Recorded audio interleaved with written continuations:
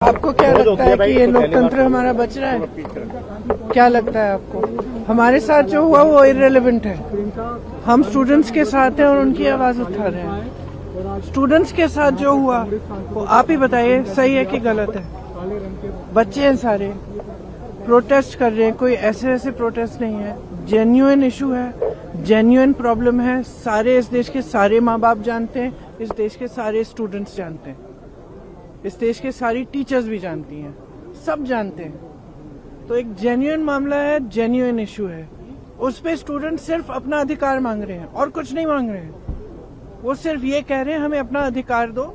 हमें कब आप हर एग्जाम को क्या पेपर लीक करा रहे हो? बच्चे इतना संघर्ष करके पढ़ाई करते हैं, अपने लिए एक फ्यूचर देखते हैं, आप उस फ्यूचर को बिगाड़ रहे हो।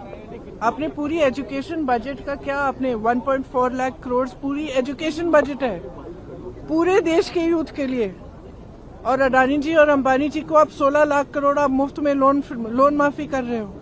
किसानों को कुछ नहीं, गरीबों को कुछ नहीं, स्टूडेंट्स को कुछ नहीं, और ऊपर से स्टूडेंट्स को इतना खर्चना पड़ रहा है, फैमिलीज को इतना खर्चना पड़ रहा है, लोन लेते हैं।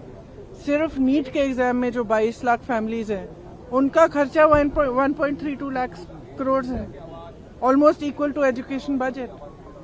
तो स्टूडेंट्स की जेन्युइन स्ट्रगल है, जेन्युइन समस्या है। वो सिंपली कह रहे हैं हमसे बात करो, हमारे लिए सिस्टम, हमारा सिस्टम बदलो।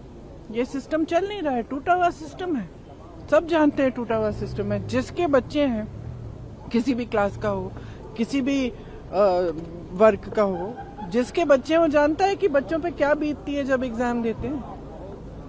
और आप सोचिए कि 26, 27, 28 साल के बच्चे बार बार एग्जाम दे रहे हैं, बार बार पेपर लीक हो रहा है, अपनी नियुक्ति का वेट कर रहे हैं, नियुक्तियां नहीं हो रही हैं, तो फ्यूचर तो बर्बाद हो रहा है ना सबका। ऊपर से आप जॉब्स क्रिएट नहीं कर रहे हो। प्रदर्शन को अलोकतांत्रिक बता रहे हैं।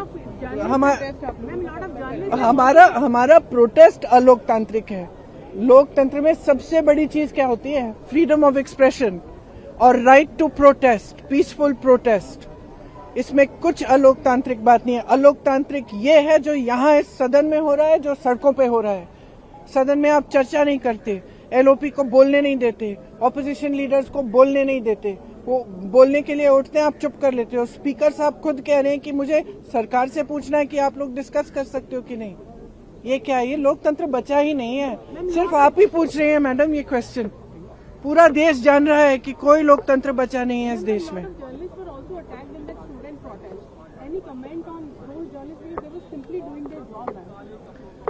Look, it's very clear. We are against violence. We have always been. This is the ideology of our party. It's the ideology of our nation.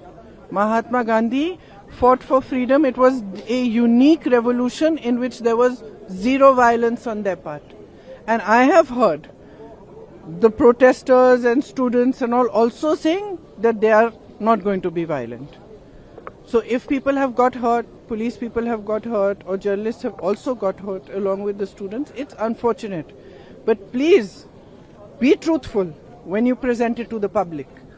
Because what we are seeing is that the students are being attacked mercilessly. They are being beaten with lathis, they are being tear gassed, girls are being treated in an obnoxious manner, their clothes are being torn off. How do you think they feel that this is their country, this is their parliament, these are their representatives, this government has been voted in by them, and the youth heavily voted for this government?